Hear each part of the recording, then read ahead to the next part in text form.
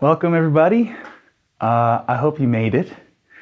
I'm very excited about this video and this moment because quite honestly, I've been working towards this for years. The first vision of it probably is as far back as 8 years ago. So this is a huge moment to finally utilize my studio to bring yoga to potentially the whole world. And the style of yoga which I bring, I call it Unum yoga. Unum is the Latin word for essentially yoga. Infinite one, infinite unity. Yoga, the word yoga itself means to unify, to heal, essentially. And so healing in that sense is on the deepest level, on the level of our consciousness practice, the way we think, really. And the way we think has so much to do with the way we feel, because the way we're thinking about our bodies informs the way we move our bodies and the way we interact with our bodies. So in our current day mindset, just generally speaking, we have this sense that the mind is one thing, right? Thoughts, thinking, mind. That's one level of human experience. But then completely separate, feelings. So feelings is what it's about. We got to get into the heart. We got to get into the emotions. Trust your gut. Follow your heart. These kinds of slogans that we have, which are responding to what's essentially a just complete confusion and cluster in our minds, in our consciousness. We don't know how to unconfuse ourselves. And now more than ever, with so much information and so much inundation of influences and perspectives and ideologies, keep in mind, guys, it's relatively new how globalized we are and how incredible that influence is on us. So in that big confusion of influences, yoga has been imported from India in the last century and made very popular over the last couple of decades. Well, at least what yoga became. And now this is where I feel I come in, and this is where Unum yoga comes in, is because there is something being terribly eclipsed with the current understanding of yoga. I cannot tell you how many people will say to me, "Oh, you're a yoga teacher? Oh, cool. I can't do yoga. I'm not flexible." First thing, and I can't tell you how many times I hear that. And of course, it makes me cringe a little bit because I simultaneously understand that's exactly how I saw it at first. And having taught for nearly 20 years and really have questioned for years the standard practices, the automatic ways that we do things. That's really the essence of the yoga intelligence I'm wanting to help you cultivate, because there's nothing fancy about what we're doing here. It is so much just about observing and watching and not being reactive. So one of the qualities you'll notice in my practice is we do go slow. But the word slow isn't the best word because we associate slow as lesser. Like if you're slow, you're not getting there as fast. You know, we're so conditioned to think, if I want to get to my destination or my goal, whatever that goal would be, and oftentimes it's flexibility, being able to do some fancy pose, right? And we set this idea in our minds, I got to do that. And then I'll be doing yoga. What that does is it creates an incredible tension between where we are and where we want to be. And that's when you see the tugging and the pulling and the yanking on the body and the pushing and the holding of the breath and the tense, thing that's going on. So I really want you to know, some of you probably tuning in are familiar with my class, but I want to, over the coming weeks, sort of start from scratch with you and really create a progression where we're going to start so basic and take away all of that stress and strain of having to perform, not for anyone else, because you're probably by yourself right now or with your partner, but we feel we have to perform for ourselves. And this is so key to see this, even if it's on a subtle level and you're not aware of it. when we're doing anything, especially when it has to do with physical ability, oftentimes we feel we have to perform, we've got to strive, and we got to try to get to a certain place with our bodies, right? The place I'm asking you to come to is the place of total acceptance. This is where yoga begins, where the healing begins. Because think about it. I mean, if you're constantly assaulting the body with, pushing against it, you've got an agenda. I want to get flexible. I want to touch my toes is a very common one. So let's say, there's people in class like this, and you look at them and you're like this, and your body's not there. If you naively and commonly, it's so common to think, well, everyone's touching their toes, and you automatically think that's the measure of progress, and that's how I'm going to become good at this. What's going to happen? You're in an immediate tug of war now with your body, because now there's this huge gap between where you are and where you think you want to be.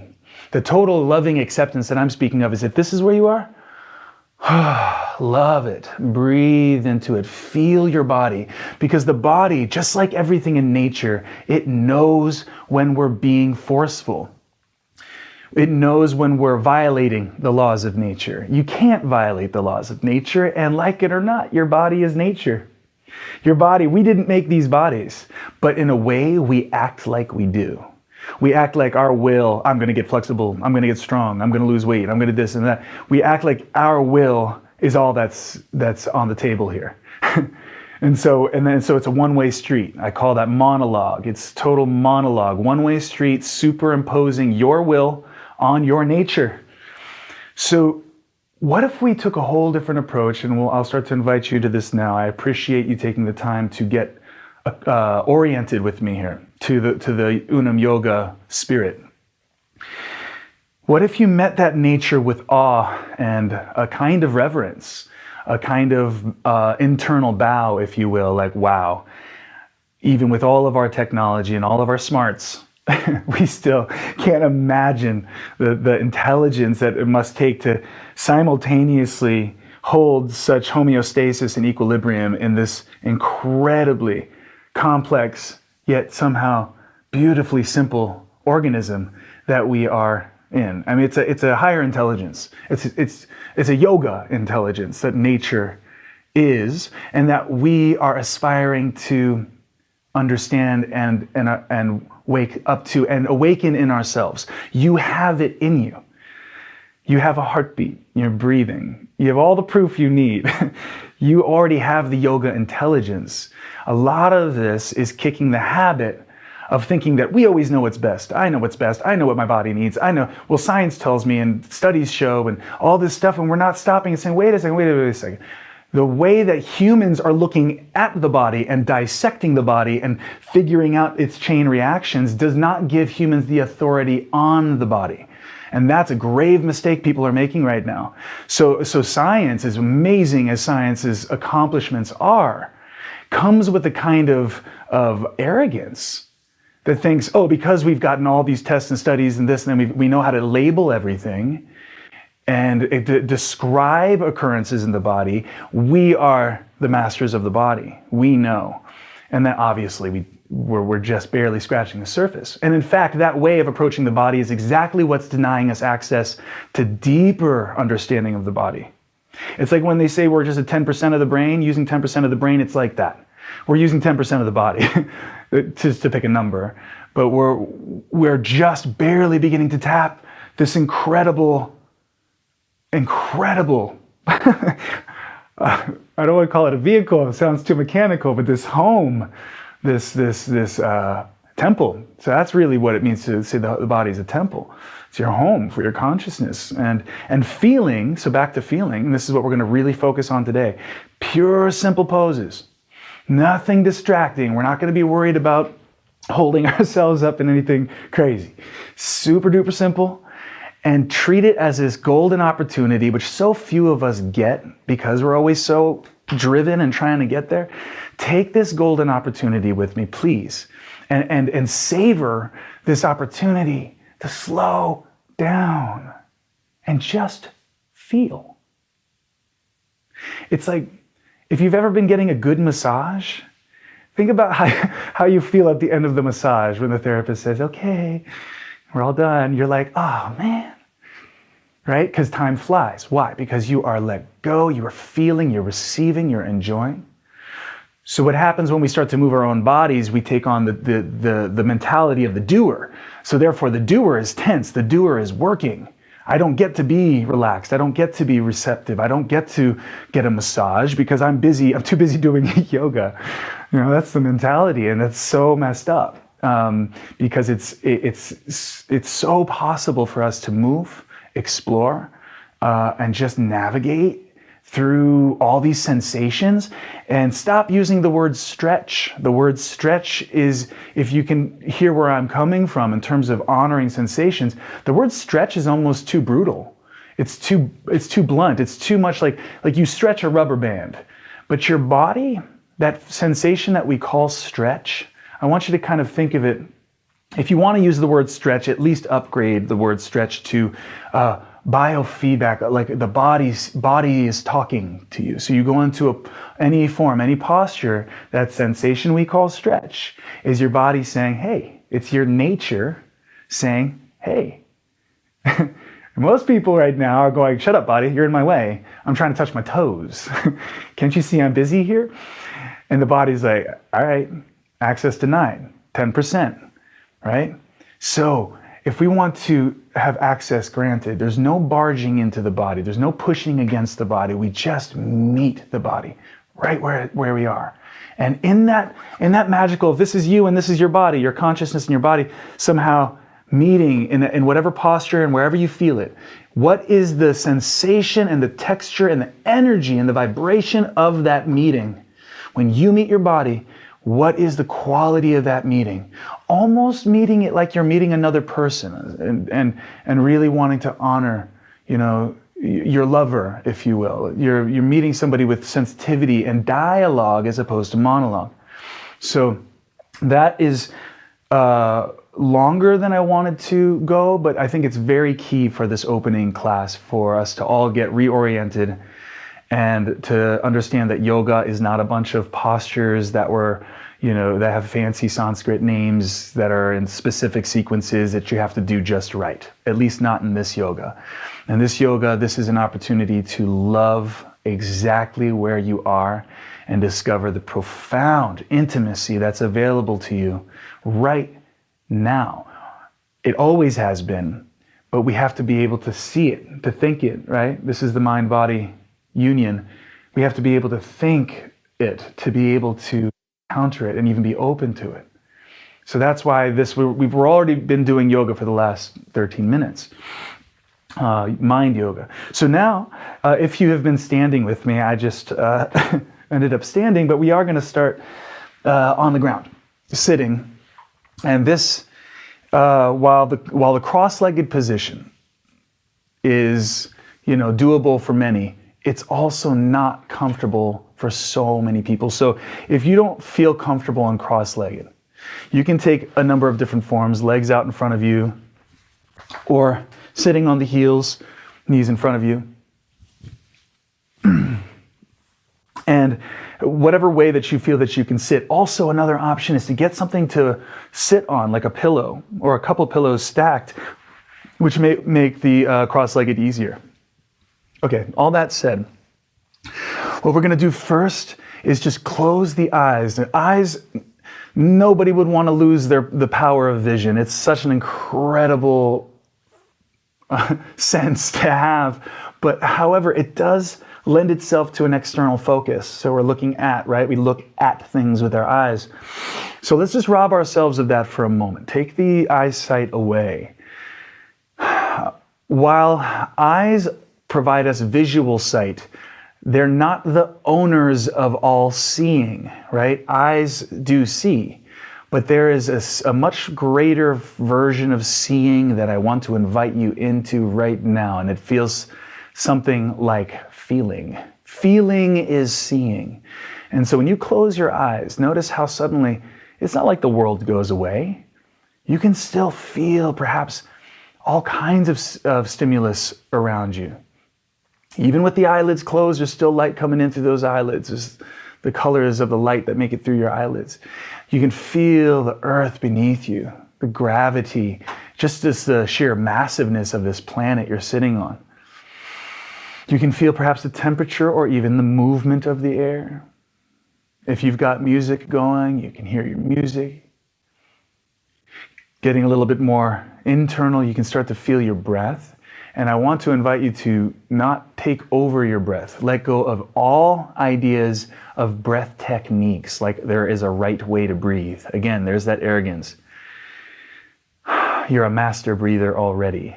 You're proof you're alive. You even know how to breathe while you're sleeping. Okay, so trust your breath. Bow to the breath. The breath is intelligent. And so what we can do, as opposed to just watching it like from a removed place, I want you to start to have a dialogue with your breath. In other words, you know an inhale is coming. Whenever that's coming for you, feel it come in through the nose, through the mouth, in the throat. And so feel that expansion of the lungs. Feel that sensation of light, if you will. I call that sensation light, that satisfaction of the breath. Exhales, we want to allow them to just leave smoothly, sweetly. Good. I'm making it audible. You can too. That feeling that I'm expressing through my voice is the feeling of relief and release.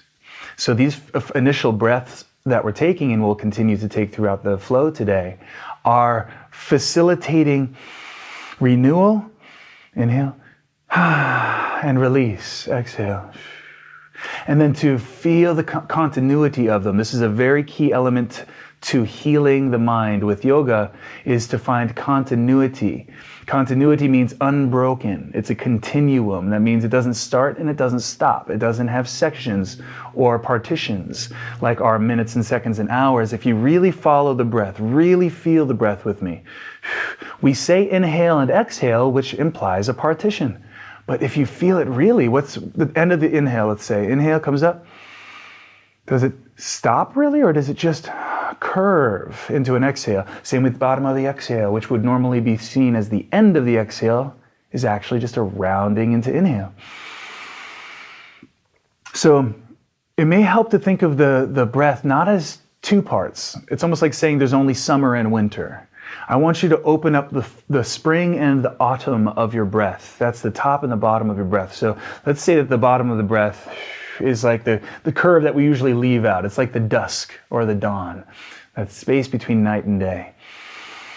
Inhale, reaches a peak, and find that dusk and dawn. Find that autumn and that spring. Find that space between the inhale and exhale where it's so magical.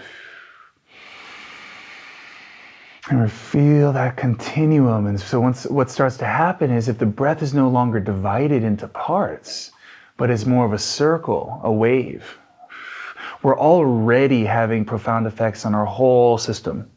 Our heart rate, our chemistry, our brain waves, all of it is sort of becoming, I call it unumized, to use the word unum. It becomes one with the breath and through the breath. So that's the power of the breath.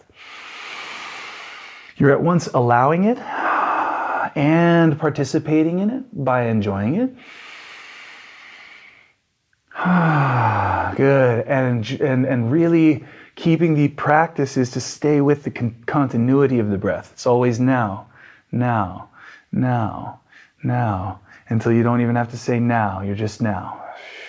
Good. So while that's going, and you feel that breath flowing, that's going to be going throughout. We're going to go very, very basic explorations here.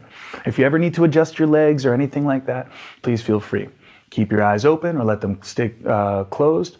But what we're going to do first is very, very simply place the hands on the floor in front of you. We have all different degrees of flexibility. Some people can go right to the face, but even if that's you, I want you to pause and stop on your hands. Some of us, just bringing the hands to the floor already brings in a whole symphony of sensation through the body. And again, I'm using the word symphony instead of stretch to kind of bring the life back to these sensations. So you can feel it. And sometimes the symphony is quiet. Sometimes it's glorious and big and blaring, but sometimes it's quiet. And I want you to go for a quiet symphony right now. Just barely pluck the strings here. Barely slide the bow over those strings, so to speak, of your tissues by leaning just a little bit. Now you'll notice if you keep your spine more straight, it's going to be focused more in the hips and low back. If, however, you start to round at all or even drop the head, you don't have to go to the floor. You could be all the way up here and just drop the head a little bit to gravity. There's already so much sensation. Now think about this sensation that's surfacing. It's stuff that wants to be sort of transmuted and released.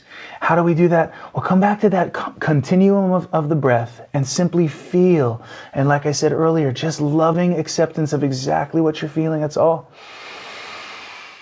Think of it just like a massage. Imagine that you're not the one doing this right now. It's someone giving you a massage, and they're pressing their palm into wherever areas you're feeling it, and giving you an opportunity now to breathe and let go.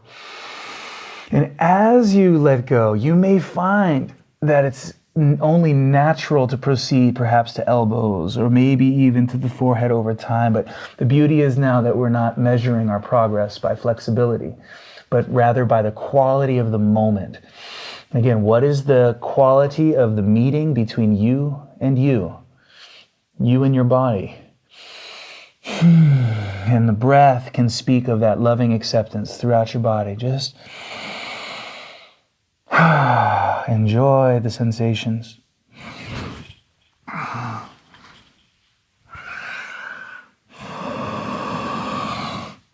Now, you may notice in yoga, a lot of postures, a lot of movements are very angular. It's very like in, out, left, right, up, down, very kind of rigid that way. So a long time ago, I started to break those boundaries, and I want you to as well. Start to give yourself the freedom, just as simple as tipping and swaying. So for example, here, you can just, if you just stayed in the middle, you're kind of only getting some of the colors.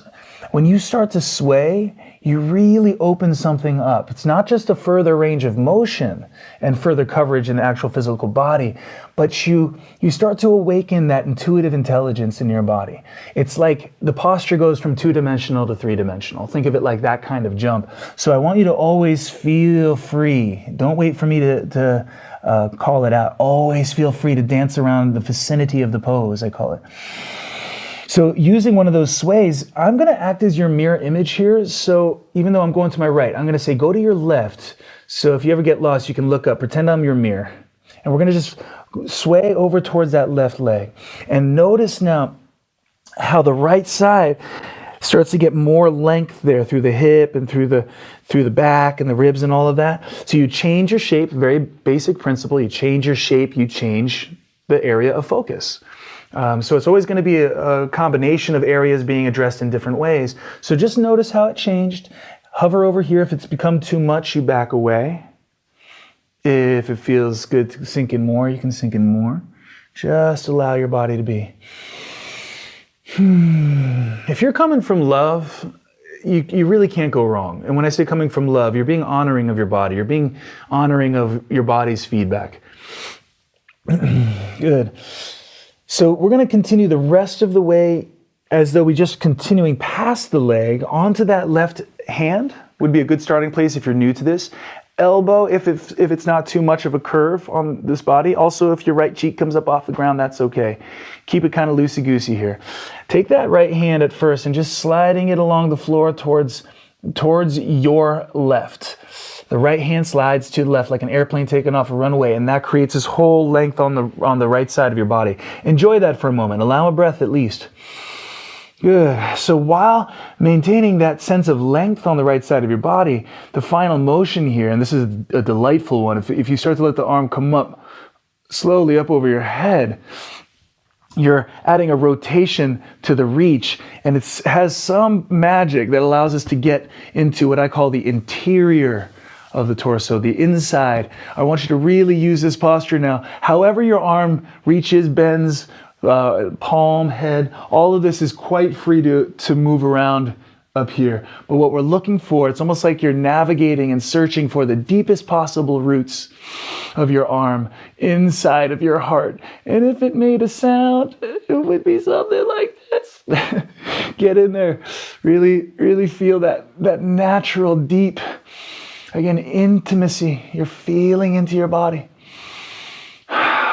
This is all just about connecting with yourself. That's it. You don't have to stretch. You don't have to force.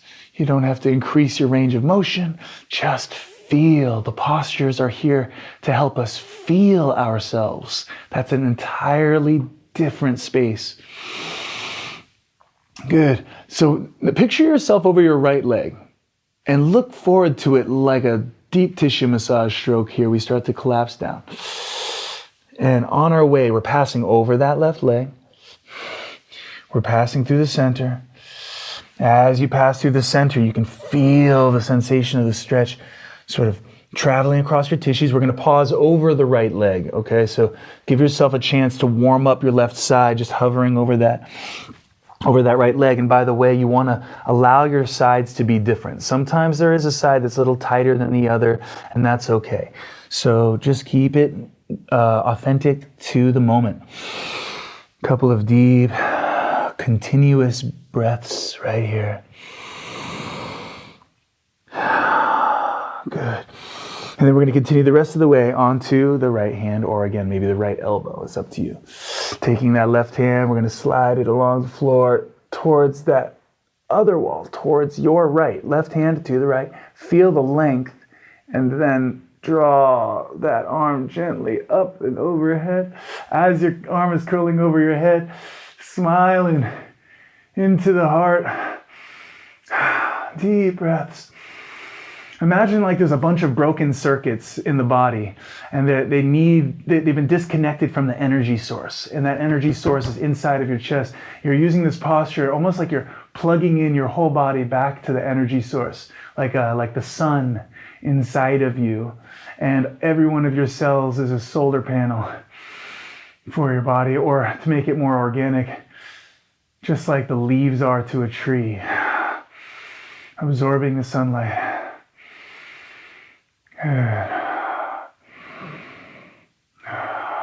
The idea here is to make sure every moment feels so good that you're not waiting for me to bring you out of the pose. If you're waiting for me to bring you out of the pose, it means something doesn't feel good. Something's too much usually, and you can back away, ease up, and never feel you have to stay in a pose either. We're going to slowly, deep tissue massage stroke movement, collapse down over and past the left leg back to the center. Hanging out in the middle here, on the hands, on the elbows, whatever feels good. Bring in a little bit of that organic sway, a couple deep breaths.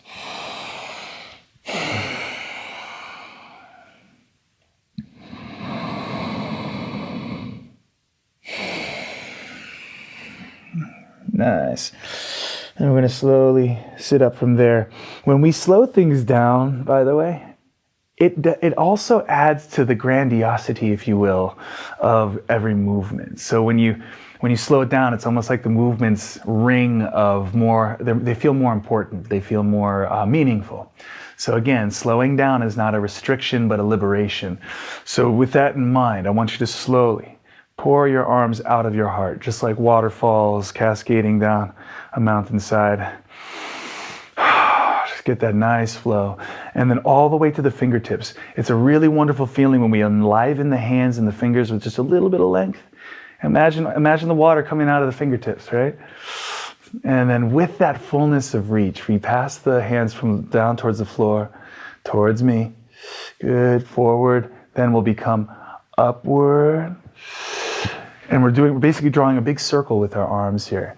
And then we're going to stop at the top. This is a magical place here. Close those eyes again. Find the top, not with your eyes, but with your heart, with your feeling, with your inner vision.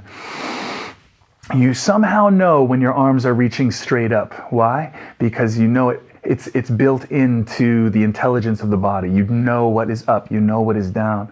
So there's a very, very exact place. I mean, there's room to move around it, but there's a very distinct feeling, if you will, to upward reaching. Now again, don't make it a one-way street. You're reaching with all your heart up to the sky, but there's also a kind of softness to the reach so that you can receive what wants to shower down, if you will. And breathe. Your arms, just like anything you plug into the wall for power, for energy, think of this as your arms are the prongs plugging into the heavens, or whatever you want to call it. It's so good. With the breath. Good. I was out looking at the stars 2 nights ago, and it blew my mind that I don't do it more often. I mean, it's so incredible that we get to look up into that vast infinite space and to look at other suns. I invite you to do that the next time the sky is clear at night for you. Go out just for a little bit, pick a star, and know that the light from that star is hitting the inside of you, going through the windows of your eyes into your being. Good. And the arms continue from the sky, brushing that back edge. And this is another massage. As the arms pass that back edge, you're massaging the arms, the shoulders, the chest, and the hands are going to land short distance behind us. Recline. Should come as somewhat of a relief too after sitting for a while straight up. Now you can just chill. You don't feel like you're doing a yoga pose. This is like how you could be sitting anywhere, hanging out. It's very casual. And you want to have almost a collapse in your torso. So we're just relaxed, resting on the arms. Find that breath. Picture your belly, solar plexus, if you will. Zero in on that and let that begin to shine forward. So if you had the sun in your belly, let it shine. Staying seated. And that will naturally emanate up into the chest, throat, face. So you can stay on the hands here and just shine through the front side of your body. How would you do this if you literally could emanate light off of you? Just pretend with me. Emanate light off the front of your body. Give it that quality. Good. Now, if that feels good, you have the option of bringing in the oomph factor, I call it. That's leaving the seat, getting the pelvis into the mix here. It turns into a kind of, there's a pose called camel pose, but it's usually not reclined like this. So I call it reclined camel pose. You're just sending the pelvis forward, letting the head relax back. And this should, again, have a smiley feeling. And by that, I mean, you're not pushing, you're not forcing, you're just saying, here I am. Good. It's good to be alive.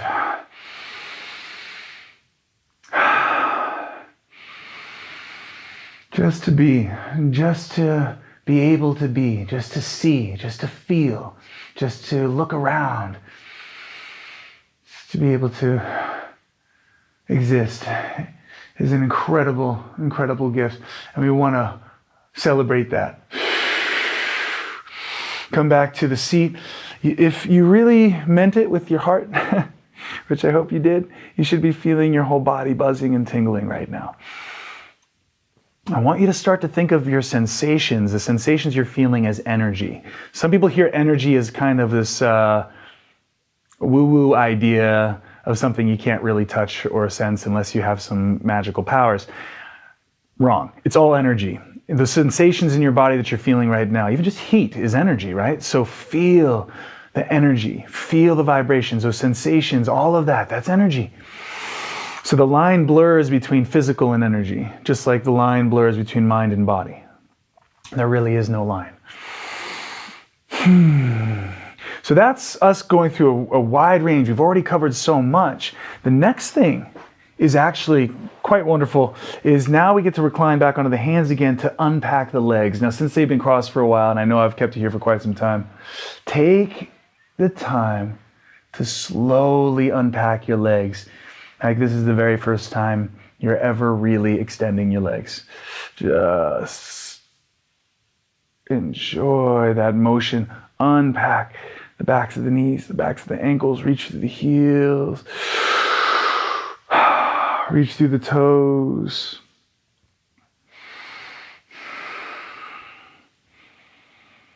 You know, again, for whatever reason, it seems that humans have a knack for taking things for granted. Things that are granted, we take for granted. until we lose them, right? And I often think about what if I couldn't walk? What if I suddenly lost my ability to stand or walk or feel my legs? And the reason I think this way is because it helps me to really stop and appreciate. Because even just appreciation changes how you feel. So I want you to feel your legs like you just got them back. You can wiggle your toes when you couldn't for years. And just really appreciate. That appreciation is like this extra ingredient, this like extra lubricant, if you will, that allows us to not need to go as far into our fold. If we start to leave the hands, we're already, go side view for you, we're already beginning to elongate. Just that motion that I'm doing right here, just that little bit is already elongating the backs of the legs. So even if you're just sitting up, resting your hands in your lap or hands on the floor at your sides, there's already that pull. Now that same pull, if you slam into it, like I was saying earlier, like pushing against it, can be really an unpleasant sensation. And that's why some people just really don't like this pose. So we want to introduce just enough to just feel a little pull. You know, you're the massage therapist and you're the massage client. And as the client, you get to say more, less, more. And as the therapist, you get to respond to that. Right? So just tune into your body here. Let's keep the spine and back a little bit more on the straight side, not stiff, but just more erect and upright, and feel just in the legs. Bring in a little bit of that sway again, a little left, little right. Again, that just kind of softens things. It allows you to cover more of the surface area of the body in a physical sense, but again, it softens the rigidity of the mind. That's very key. Getting out of that kind of straight in, straight out mentality. Open up the breathing room, make it 3D. And in that way, if you feel the genuine invitation, like you want, the massage client wants more pressure, absolutely. But think of it not as a straight path, but there's many ways that you can go in. You can keep more of a straight back and just focus it in on the legs and come in that way. You can round the back, which then allows the sensation to go and grow through the back and into the arms and into the neck. You can lift the knees. This is a big no-no in traditional yoga. Lift the knees. It's an amazing way to still be able to address the backside of the body without so much of the tug back behind the knees. So I find that that's a brilliant option too if you want to be able to get closer to your legs, but it's too much on the backs of your knees. And as always, side to side freedom. So let's just hang out here for a little bit without me going on and on. And just breathe.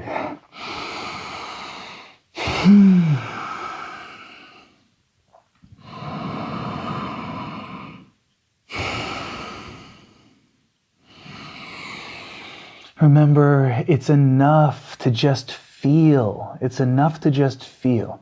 We've gotten so entranced with where I am is not good enough, and I got to add more to myself. I've got to get more flexible, or more of this, or more of that, more anything. Is robbing us from the true appreciation that's available to us now. That is what we're practicing in today's yoga, the art of appreciation, of sensation, really the art of enjoyment. Good. Now, the movement out, this is sorely overlooked in so many practices. Like, okay, we're done the pose, now time to get out. No, I want you to really honor, just like the movement in, the movement out is fascinating. You can feel it's a whole different kind of sensation. If you want to call it a stretch, then it's like that feeling of the tissues elasticizing, if that's a word, back together, back to their original state, and then coming back to the hands. So coming back to the hands ensures that there's no more pull on the back of the legs. But lo and behold, that doesn't mean there's no sensation. If you become really still here, close your eyes and just see the sensation in the back of your legs. That wasn't there before we went in. That is the lingering energy and vibrations and information of what we just aroused in the tissues of the legs and the back. So just sit with that for a moment. Let the breath keeping the continuum flow flow through your body. Good. So sometimes I'm going to turn side view so that you can see me from that, and I'll come back. But just remember, you don't have to do that too.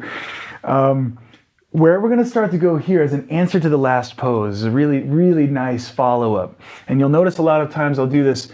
One pose will be followed by a nice supplemental, complementing counterpart, if you will. So this is called Purvottanasana, is a counterpart for the forward fold. Beautiful answer. So what it is we start to give more support to the hands, more start to send the weight down through the pillars of the arms, and also somewhat into the heels. And you'll notice what happens is that everything in between starts to float up off the ground. We don't want to think of this as lift your body weight and hold, right? That's tense. But we want to think of it kind of as just floating up off the ground. You're becoming an arch. Sometimes I imagine like the fabric of a hot air balloon, and you just got hot air beneath you, and you're just inflating upward. In other words, keep that sense of ease and effortlessness. Don't work too hard. And don't try to go as high as you possibly can, just as high as your smile. If it feels okay, you can let your head relax back. If it doesn't, keep it up. And let's just breathe. So this is one of the first heat-generating poses today. And as always, it's free to move. It's free to tilt. Deep breaths with me. Good. And maybe for the last breath or two, go a little higher, but with the smile energy. Good. Don't lift. Float. Rise. Good. And then when we set it back down, just like we moved out of the fold, nice and slow. No kind of hurry. Good. And following that up, once you've gotten full weight applied back to the seat, we're going to go right to pulling the feet back. And your body should be buzzing and tingling quite a bit from that, including down into the arms. Now the arms are about to leave the ground as we venture into a super awesome area of the body. I'm still keeping it in side view here for you, but you can be forward.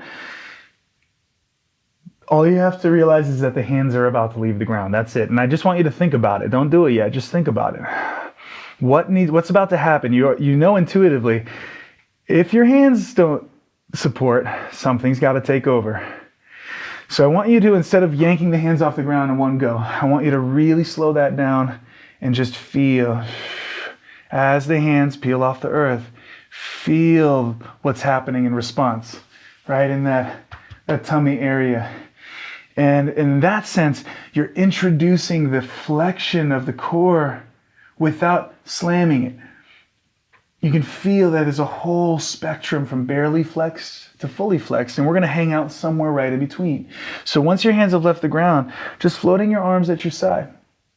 And I like to keep the arms rounded here, as opposed to, again, the very angular Navasana boat pose, which is very angular. Keep it more rounded right now. Keep the arms more relaxed. That way the shoulders aren't a distraction and your arms are curved, and you're just basically in the bowl of your body, feeling and holding this unique energy that is the core. And sometimes I don't like to use the word core because it sounds too solid, right? Think of it more like an energy field, like a field of gravity. Just like gravity is to the earth, this is the gravity of your body, centered at the navel, belly button area, and you're just honing it and holding it and breathing with it. Why do we think that getting stronger means that you've got to push really hard? Who told us that? We're getting stronger right now, but it's strong with sensitivity. It's strong while maintaining your ability to feel. That's a whole different kind of strength. So to explore some movements around here, we've got some basic ones. Leaning forward, leaning back. Generally, leaning back means turning up the intensity. Leaning back may turn into the feet leaving the ground. And so there's kind of a range there, right? So I want you to find your happy place there. And then there's the side to side, where once you've found your happiest arrangement here, try venturing into the sides, just turning your torso with your arms to one side loosely or the other. And just your whole interest is in what's going on in here? What am I feeling in my belly? What's what can I activate? What can I engage? And just start to talk to it. Come back to the middle. Remember, forward, back, left, right. We'll go deeper into it next time, but I just wanted you to just get that feeling. Good. Now, and as a response to that, still keeping it super simple and finding a complementary pose to this one. We're going to come briefly through the cross-legged position. Tummy still buzzing with that sensation. Keep the awareness of the resonant after effects of every moment, every pose. Then, hands coming to the floor in front of us. Step those or slide those legs back. So now you're on your knees and your hands. And then maybe drop to elbow, then another elbow. And then the last little motion, this is really nice in response to the last pose, is just to set the legs and the pelvis down on the floor. It should come as a really nice relief and contrasting sensation. So think about it. The tummy was flexing, right? And gathering, bringing that energy in. And now this one, by contrast, is letting it all open up and elongate so you can feel. And you don't even have to do any work here. Just resting on the elbows, the bones of your upper arms is all the support you need. So you can relax. Now, if that feels like too much, that's creating too much of a curve there on the in the spine, then you can just let the elbows go a little wider and make it more of a shallow curve. Or if you want more, you can actually press down, like Sphinx style here. You can press down, drop your shoulders, and increase that curve. But generally speaking, right there in the middle should be just fine. Keep it as lazy as possible. Bring in a little bit of sway if you like. Close your eyes. Try to see with sensation what's going on now in your body. Where do you feel it? Typically the low back. I call it the front side of the low back, which is elongating, or the inner belly wall into the pelvis even. You can feel it perhaps even into the front side of the sacrum, which is that middle bone of the pelvis. So it's a really amazing way to get in touch with your body. All the internal organs here, or a lot of them. And just let your breath come in, pouring in almost like a waterfall, whether it's in through the nose or the mouth or a combination. Just let that water, that air pour in like water into the belly, deep into the pelvis. And then feeling and witnessing the very slow, yet no less profound adjustments that are happening in the tissues there. If you're used to chiropractic adjustments, we love those, right? Because they're so definite. You feel the pop, you feel the snap, you feel the adjustment. With the tissues of the body, it doesn't work like that exactly. It's much more of a gradual release kind of thing. So you have to learn how to see that, like you zoom out and see over time. It's already happened, by the way, for all of us. It's just that because it's gradual, we're not seeing a quick before and after. It's a slow, like the way the colors of a sunset change. Good. So now that's got us two highly contrasting situations, the engaging of the core and gathering of the energy, the opening of the belly, which we're doing now, and then the next one, which is a nice kind of combination of the two, and it comes upon peeling ourselves out of this situation. So you stay on the elbows and knees, and quite simply, just bring the pelvis off the ground. That's it. And with the pelvis a couple inches off the ground, you can feel that activation of the core all through the mid area there, the sides and the back. So it's like, I always think of those weightlifters belts that provide that extra support. It's like we have them built in. And this is allowing us to reinforce that. And meeting it with some breath, another heat generating pose. So we also want to learn how to breathe in a continuum and relaxed way. Good.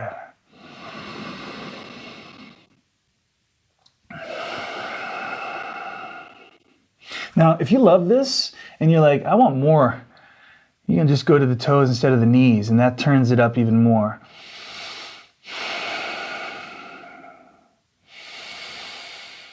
Good.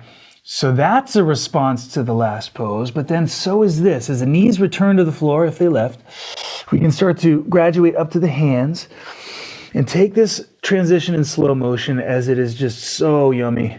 If you can really zero in, focusing your attention here on the low back areas, mid back, because as we sit down towards the heels, this is the same part of you that was just compressed and bent the other way. As we're sitting down on the heels, it's naturally rounding the other way. So we want to feel that as you come down on the heels. A traditional child's pose, feel free to try it right now, is just simply forehead right there on the floor wherever it naturally lands. Arms at the sides or wherever feels good. Just don't tense up your arms and back by reaching the arms. Just relax. Another option here, which I really love after the last pose, is to come up and approach child's pose more from above and curve into it. So the face, the trajectory of the nose is kind of the crease between the two legs here. And you just round into it. It doesn't mean your face has to touch the legs, but in that movement in that direction, you'll notice your tummy ignites again and your low back starts to open. And you can even enhance that, getting the hands on the mat and just gently pressing kind of down and forward can help enhance that curvature. And then if you breathe, still yet the literal expansion of the lungs acting as an internal massage. Guys, it's not about how hard the postures are. It's not about effort. We're so trained and conditioned to think that effort equals progress. Pushing, the no pain, no gain thing is really deep in all of us. Even if you don't think of yourself as being that way, we all have that deep in us. So we have to be super vigilant to make sure that doesn't rob us of the depth that's available to us right now in this simple pose. See, the problem is because we've lost touch with the depth of feeling, we're always trying to compensate with the bombardment of the body. In a way, it's adding insult to injury. So we're resensitizing. It's like if you can only experience your body in black and white, well, you're gonna tend towards more, push harder. But if you back off of that and imagine it going from black and white into full color spectrum. Like imagine that's the kind of shift we're talking about here in terms of our ability to feel and experience the body. So now, as we start to back away from this, another area where our bodies are typically widely varied in their ability and flexibility is the knees. The knees can be, sometimes for some people, it's no problem, sit on the heels, no big deal. Others, it's like, ow. So I want you to please honor the knees first, your hands there at your sides. And as you're sitting down towards the heels, I'll go side view for you again. You just want to stop when the knees say, okay, that's good. Now, if you happen to be sitting on the heels and that's still easy breezy, you have the option yet still to scooch the heels out wider than the hips and sit between them, just as long as it's not too much on the knees. So knees first, and then we get to do something that no other pose does. And we just basically are coming back to whatever degree feels good for your body right now. Just leaning on the hands, or maybe for some, the elbows or the back. But what we're looking for here is by reclining with the legs in this shape, we start to address and venture into, think of it like you're going, every pose takes you into a different room in your house. Well, this is a big room. The thighs, the top of front of your thighs here. If it's about your knees, stay in the knee room. If your knees are granting permission to proceed further, that's when we venture into the thighs here. So I just want you to enjoy that. Take it on the gentler side. Remember that you've got freedom to sway and tip. Just feel those thighs from the inside. And also, I'm just realizing now, as I listen to the intuition of my body, you can tilt the pelvis. Maybe a side view would be more helpful for this. I'm basically tilting the pelvis, and that changes also what's going on here and the way the bones are relating to the muscles. So that's another way to fine-tune, adjust, tilt of the pelvis. And still yet another option towards the end, if you want to bring in that here I am asana kind of vibe, you can let the pelvis go into it while staying on the support of the hands. Really wonderful, wonderful, wonderful pose here. Deep breath. I would rather get all of the color and all of the joy and all of the pleasure from one simple pose than all of the ego gratification from the fanciest of poses. I would prefer just one pose, deeply felt, allowing for a profound and intimate encounter inside of my own body rather than a fancy, impressive pose that makes people go, wow, that locks me out of my body, or that becomes superficial. Good. Now, the moment we've been waiting for as we come back down. Every pose, by the way, this sequence, I never planned it out. It revealed itself over the years. So each pose kind of answers the last. So what we're going to do here is let the hands come back to the floor in front of us. So we're briefly in a hands and knees position, and we're going to explore all kinds of fun things we can do from here next time. But for now, we want to get one of the most basic and wonderful twists. But first, let your toes, I keep switching side view here. Let your toes get prepared to start to bear the weight. But stay on the knees right now. And just take a moment now to love up those feet, those poor feet that get crammed into our shoes and bear all of that weight all the time. They don't get the love. And think about reflexology, which works on the principle that the hands and feet and even ears are a gateway and map to reach the whole body. So that's why there's these certain points on the feet that you can press to increase the energy flow through the body. Now, this is like a self-reflexology moment here. You're just pressing back on those feet and getting the whole entirety of the feet. And just let them breathe for a moment. When you breathe, your whole body breathes. So especially the area that you're feeling most. So when you're in your feet, take a breath. That's your feet breathing. Good. Time's a flying by here.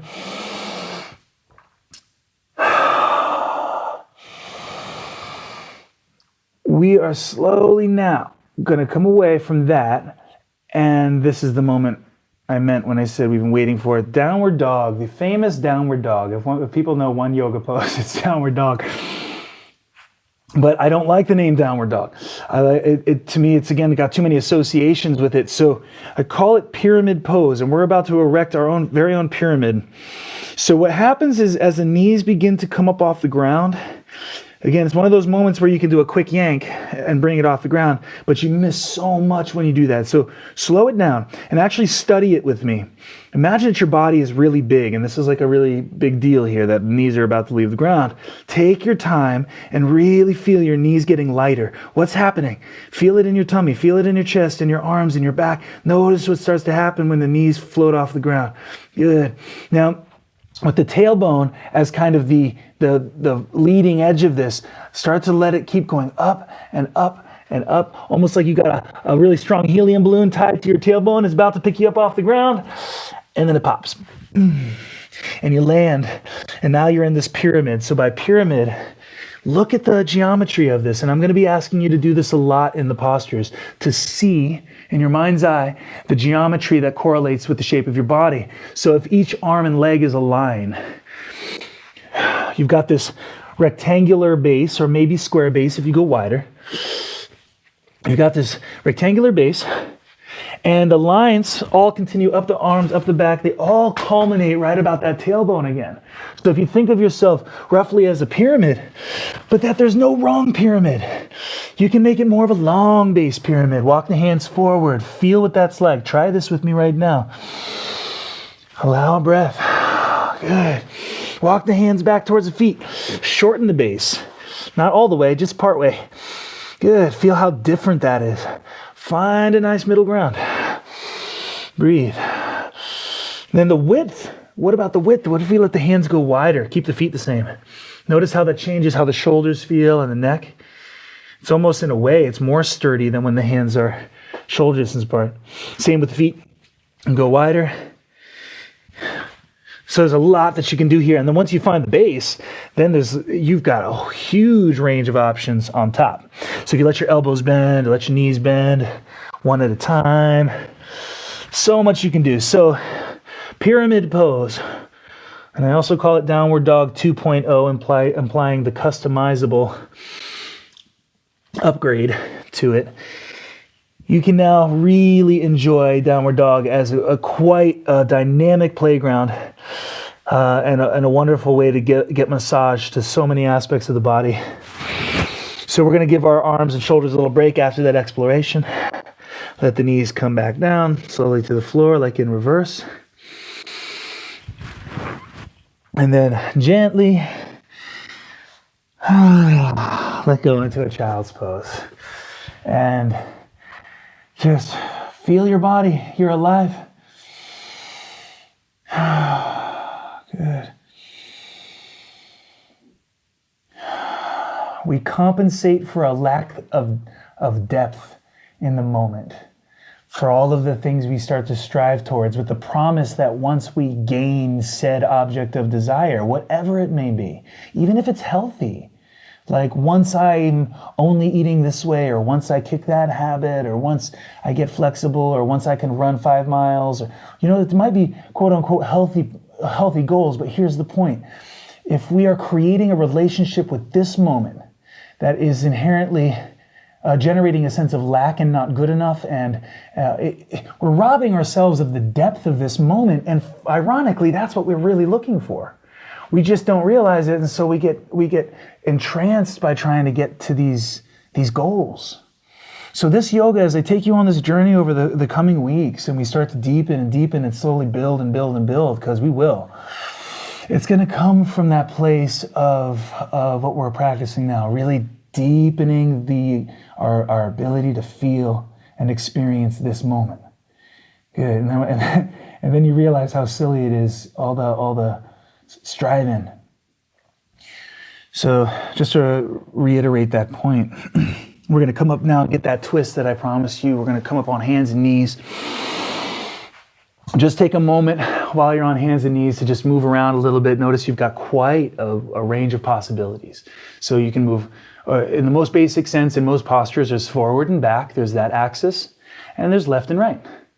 But combined, you've got every direction, right? So forward, back, left, and right, and then the combination, the infinite combinations there from there. Good, but then you also have up and down, curve, left and right. There's so many ways that you can explore from this playground. We'll really go into that more next time, but just for now, freeform it a little bit. Feel your relationship to the earth. Get in touch with your inner animal, four-legged, which is deeply ingrained in our genetic memory. We're going to take one hand. Let's say left hand first to stay on the same page. Remember, I'm your mirror image. Left hand goes down. Right hand, then as that left arm is pressing down, kind of watch this motion. I'm kind of elongating through that left arm as the right hand comes up. And the reason I'm keeping it on the arm is for thoroughness sake and really high quality in this transition. And let that hand come literally across the chest as though you're manually rotating the heart. What's happening here structurally is you'll notice the shoulders stack more or less one above the other. So the right shoulder above the left. And then let that right arm continue to the sky. So we got this really sweet and relatively easy way to get a deep twist. And these twists come in pairs for this exploration. So you start with this one, driving that left arm into the earth, sending that right arm up to the sky, breathing with a smile on the heart, maybe even on the face. Good. And then with the next exhale, we're going to let that hand come down. And instead of landing again, it just skips the floor, goes right underneath that left arm. Back of the hand meets the floor. That's a good way to go, generally speaking. And then if you just keep sliding, don't rush this. Take your time. You're sliding that hand more and more. That means your shoulder's getting closer to the ground. That means you're twisting more and more. And the slower you go into that, the more honoring of the tissues around the spine, the deeper you're going to end up. So it's another good principle. Slower entry usually means you end up deeper. And so you're just resting on the side of your head. You can go lazy style, like you just fell asleep here. A baby in the crib, butt in the air, totally relaxed. I hope you can hear me because my mic is squeezed in my neck here. Okay, and press down with that left arm against the earth, just enough. There's a couple ways you can do this actually. You can press down with the left hand against the floor, or back of the right arm. I think I might have called it left a moment ago. Back of the right arm presses against the earth, but just try to notice what's happening to my body. This is me pressing on the floor with my right arm, and it generates a twist. That can happen by pushing down too. But I like to free up that left arm to go up into the sky. Now, anytime, any pose, so when we've got this going on, don't just pick one direction and wait. Again, open it up, make it 3D. Let the arm really explore not only the whole range of options of direction of reach, but curvature, rotation, so many ways. And so how do you know what to do? This is where you awaken your intuitive yoga inner guide. The posture just gets the conversation going, and then you let your body speak. And it doesn't have to be demonstrative. It doesn't have to be obvious. It can be very, very subtle. Your explorations can be very, very minuscule as viewed from the outside, but huge as experienced on the inside. So remember that. Good. Deep breath and the untwist. Maybe just as magical as the twist itself. Maybe even more. Take your time. Slide that right arm out nice and slow. There's a kind of release of a squeeze and constriction. You'll usually feel quite a pleasant rush and flood through the body. If your knees need a break from bearing all that direct downward weight, you can retreat back to a child's pose or just free form it with me a moment. Think of it kind of as a palate cleanser in between when you kind of free form. Good. Right arm becomes the pillar. Left hand starts to make its journey up the right arm nice and slow. Brushes across the chest and the heart opens up that heart on its way up. Stack the left shoulder over the right and let that arm fountain. I like to think of the two arms as one pathway, one tunnel that continues down into the earth and up into the sky past your ceiling. Feel that continuousness. We want to practice not dividing the body all the time, right? Left and right, up and down, upper body, lower body, left arm, right arm. Try to imagine dissolving those lines while you're exploring these sacred forms with me, and really feel the unity. Again, yoga is union. Unum. Taking that left arm, nice and slow.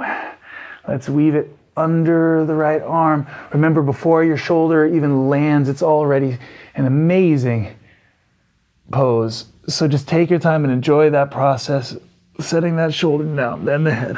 Collapse. Deep breath.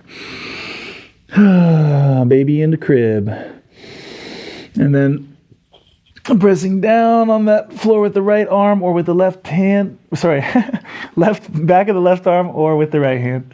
I gotta get used to this mirror thing too. And generate a nice deep twist. You know, one of the signs of a good twist is it gets so deep, you almost feel like you're squeezing the juice out of the center of your brain. And you can feel the eyes sort of roll back. That's the feeling we want to get in these twists. It's like you're just absorbing the sun rays that come from the inside of your body. Get a suntan on the inside.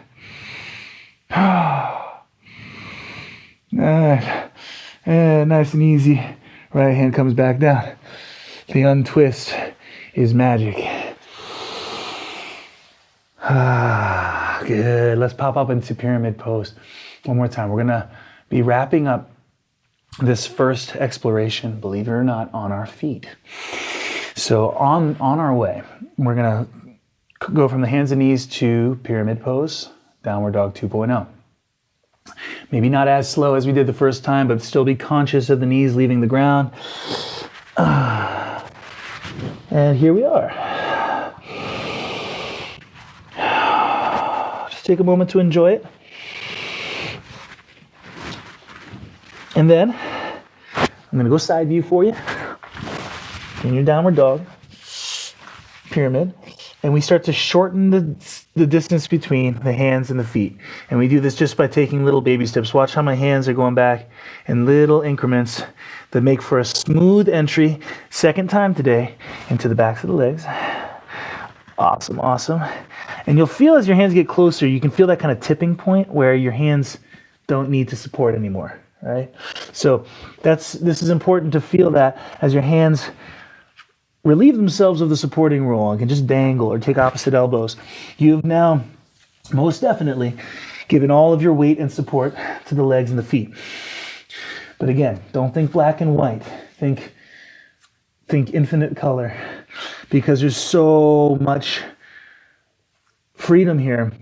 One of the most basic things, as I was mentioning earlier, and is often ruled out of forward fold in traditional yoga approaches, you're not allowed to bend your knees.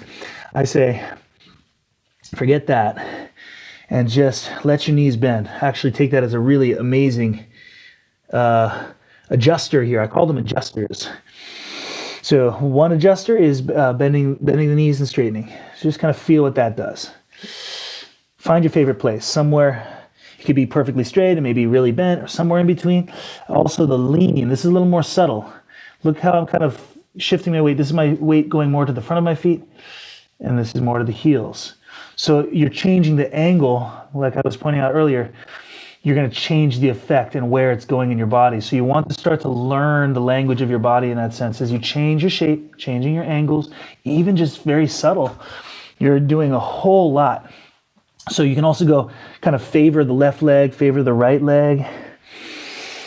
And then, of course, endless combinations from there, right? So find your favorite place. The general idea here is to dangle from the waist up.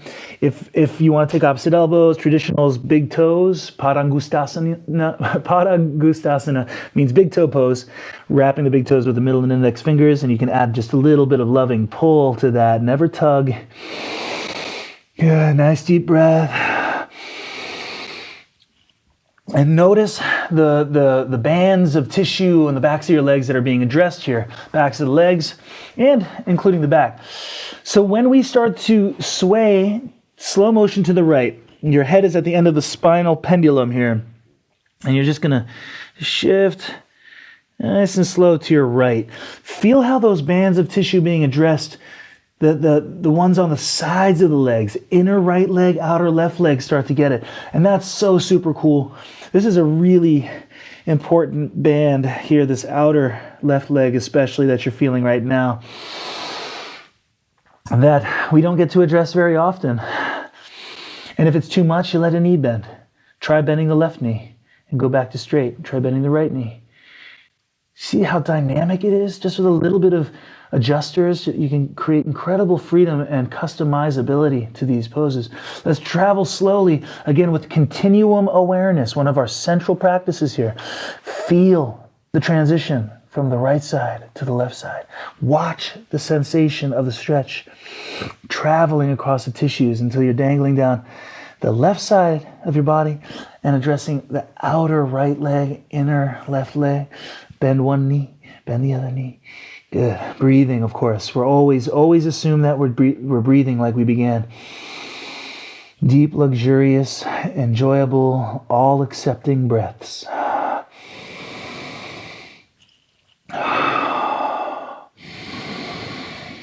Good. Gravity brings us gently back to the middle. Super nice. And finally,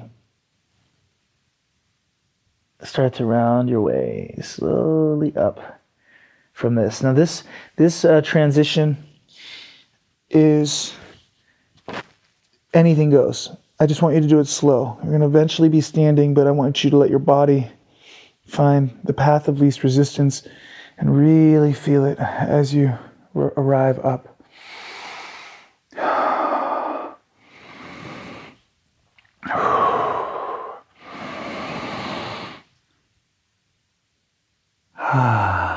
Good. And notice that sweet feeling when you're back up.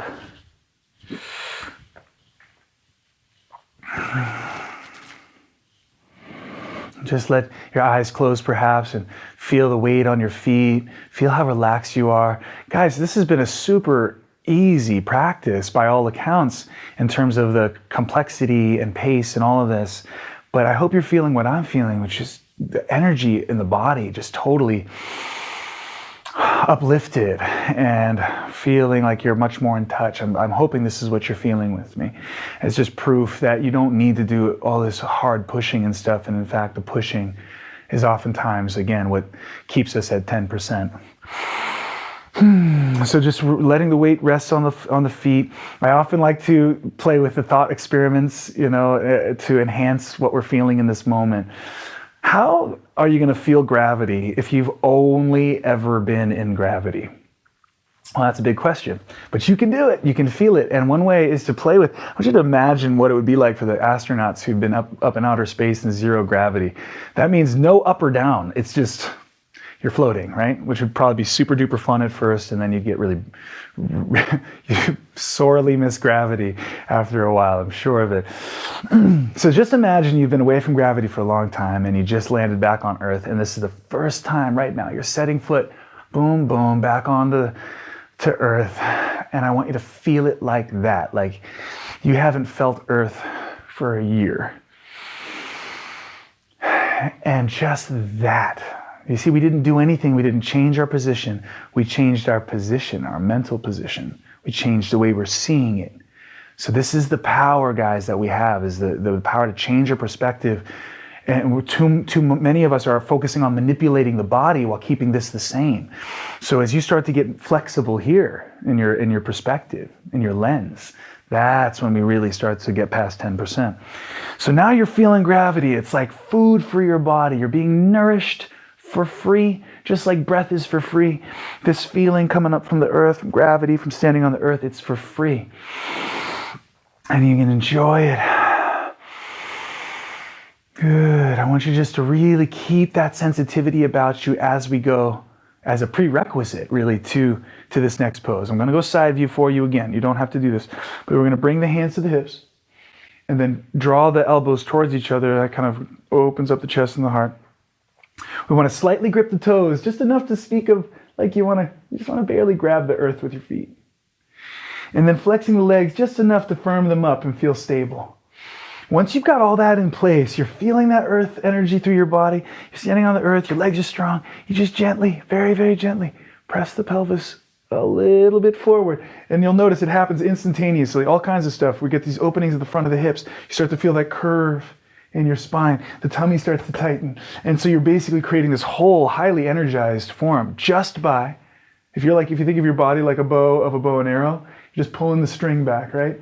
And you're getting tension, more and more tension on the bow, more energy, more potential energy, right? That's what sends the arrow forward. So I want you to generate that energy in your body while standing on the earth. And your head is a fine-tuned adjuster here. If you're new to it, it's probably better to look forward or slightly up. If you're more familiar, maybe let your head go back. But just as long as it's not a painful overwhelm, a little bit of overwhelm is appropriate. That's kind of the idea of this pose. To just tease the edge of overwhelm and see if we can open up a little bit more. Now, a common result from this is happening to me right now is a little tremor in the body. There's an effect that sends the body into kind of rumbles and shakes, and that's actually, it can be a really good sign. If it's unpleasant, by all means, ease off. Let's take a couple more deep breaths right here. And even though by measured distance, this is only a couple inches back to home, we want to really treat an inch like a mile and just very slowly draw everything back. That exit from the pose is so key in bringing the benefits with us. Good. And then we come back to that neutral stance, the arms hanging at the sides, body should be singing from that. Close your eyes if you like, and just feel that. I'm going to be quiet now. Just see if you can feel and hear it.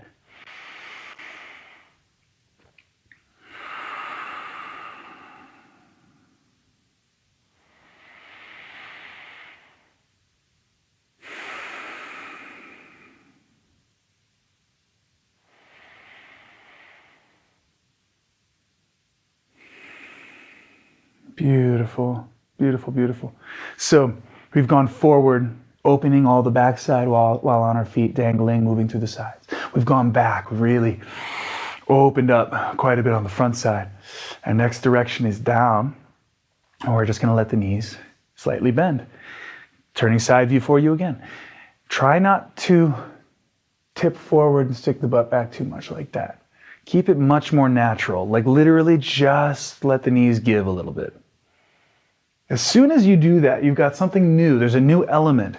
If we this practice is very much about the basic elements, the basic sensations, the like folding forward, bending back, reaching up, just the basic feelings that we're exploring today. So this one's just the knees bend, sitting into the earth. And as you sit into the earth, there's this new element, this new energetic element to the body that we haven't felt yet today. And so we just want to encounter it and let it be. I like to bounce so that again, it doesn't become a stiff sensation. You want to keep it, it can be strong but fluid, bouncy. Good. The reason for not tilting forward is because that kind of keeps it in the legs, if you will. If we come back up, drop the tailbone, relax that whole middle area of the body, let that energy grow into the body. Good. Now, any way that feels like overflow for you, reaching the arms up, or forward, back, whatever feels good. I want you to just be the fountainhead. And breathe. Good. So when we have heat generating poses such as this one, of course, the most common result for just the casual passerby is going to be, oh, I'm getting tired. Once the energy starts to go for a while, we go, oh, I'm getting tired, I'm getting tired, I'm getting tired. It's a script that we can actually rewrite here. So when that energy starts to build, I want you to just reverse it. I'm not getting tired, I'm getting energized, I'm getting energized, I'm getting energized. And breathe that way. So this very same energy that your relationship with it before was almost an adverse relationship becomes a really friendly one. I want you to think of this as like the equivalent of like charging up the batteries, and the energy source is the earth. And it's just you're gaining vitality, energy. And your breath speaks of utilizing, assimilating, even storing, Good. Slowly straightening the legs again with that same graceful care that we've been exiting all of these postures and forms. Let the arms softly fall down at the sides. That posture is not over. It's still going. Sensation-wise, energy-wise, it's still happening. So just be still. I'll be quiet. Feel it.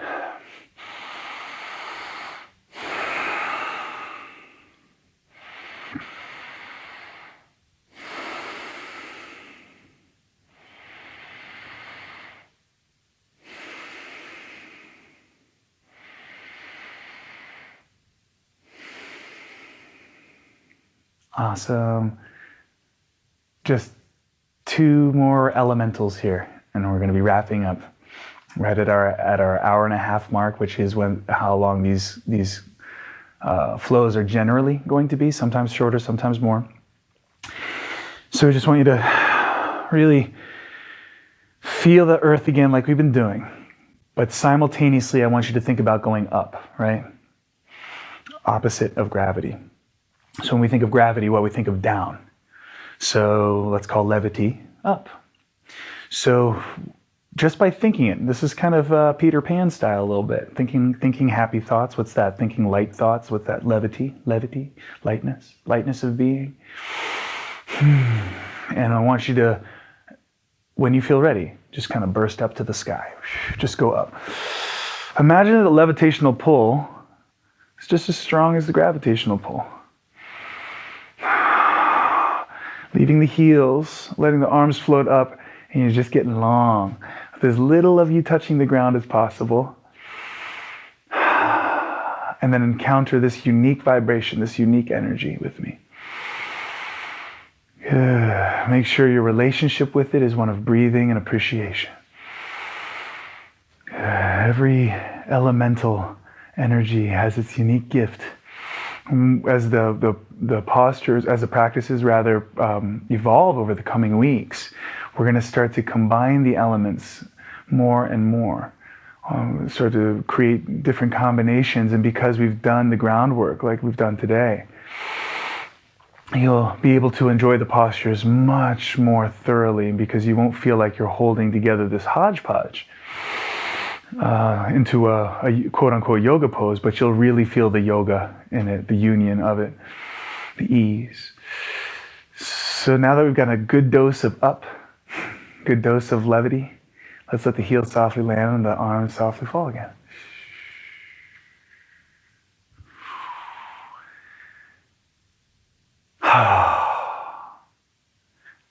I think we may even have time to get to our hips today, which is very exciting for me. I thought we were going to have to give it up. So let's bring the feet before we go back down to the ground. Correction. We're going to go to the ground right from here. We're going to save balance. We're going to explore the depth of balance next week. But for now, I just want you to make a journey, a full journey into your squat. When I say your squat, it's because, again, our bodies are so different, and the hips and knees and all that stuff. So sometimes people's squats are off the heel, support of the hands, and that's cool. Sometimes you can be on the full surface of your feet, like easy breezy. Whatever feels the most natural. But we just want to allow a moment of the squat, a highly medicinal pose. So awesome for the body.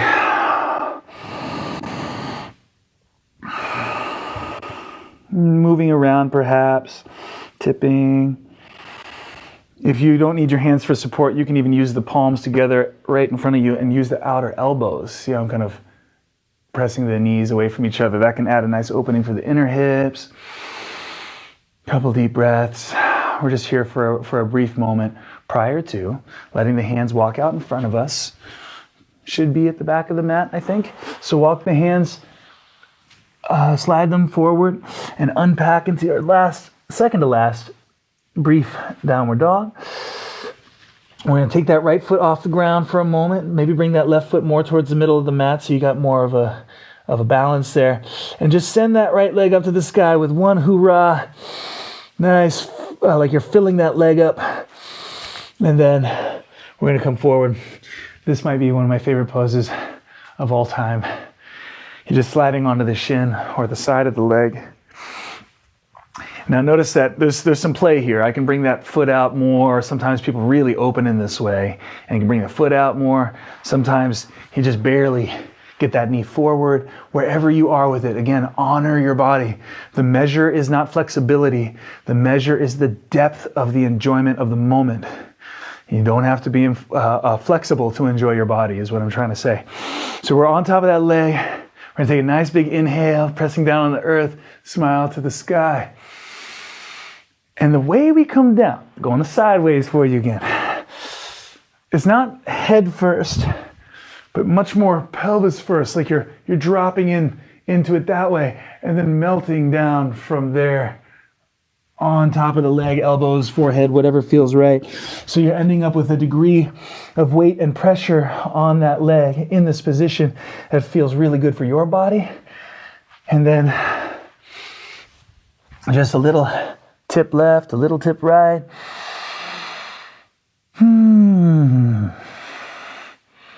Good. We'll have more time to explore this. I just felt like we couldn't leave it out today. So next time we'll leave more time to kind of get into the depth of this one. In the meantime, just breathe. This kind of provides the restfulness that Shavasana can. So you're already in a Shavasana mindset. For those of you who don't know Shavasana, it literally means corpse pose. Lovely name. And it's the period of rest at the end, which really helps us to assimilate and integrate. So either way, even when I wrap up here, I would love it if you could take 5 minutes to either seated like we began, or slowly unpacking here, by the way, and switching legs. Right leg is the supporting leg, left leg makes a nice buoyant trip up to the sky, a couple deep breaths, and we go on to the other side. And as I was saying, you can also I'm assuming a lot of you are back home. If you can just lay down somewhere, take 5 minutes.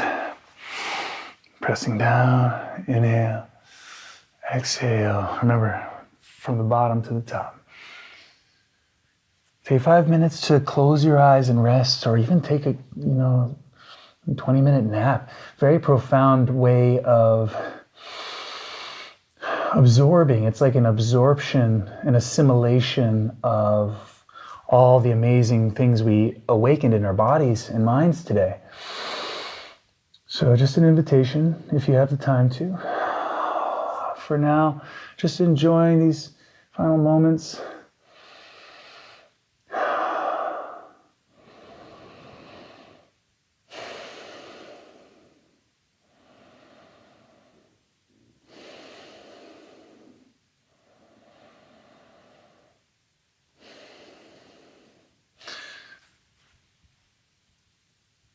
And as a completion, it's kind of a nice full circle motion here. We come back to our original cross-legged or seated position.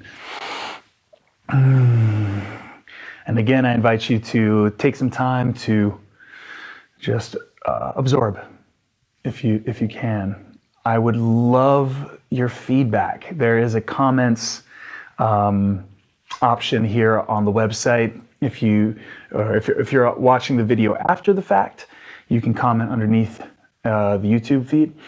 Otherwise, there's a little mail symbol. I believe it's above this video, and you can click on that, and you can sign up for the mailing list and leave your comments there. I would love to know your experience. I've been working towards this for so long, and it is a little weird not being able to see your beautiful faces, but it is nonetheless wonderful to know that you're out there enjoying and moving with me, overcoming the space and time barrier with this incredible technology that we have available to us now. So I'm really hoping. It looks like my mic stayed on, so that's a plus. So just take some time, enjoy. I hope you got a sense of really kind of the endless possibilities once we really get past the 10% mind and 10% way of thinking, monologue relationship that we have to our bodies, and this kind of arrogance that's so common in the mindset of people today about the body. And while science provides this incredible insight, there's no greater insight than the direct knowing, and that's exciting. So I hope you guys feel that with me, and I'm really looking forward to next Wednesday. And pretty soon I'll probably be adding another weekly class, likely a Saturday morning, just FYI, maybe Sunday, I'm not sure yet.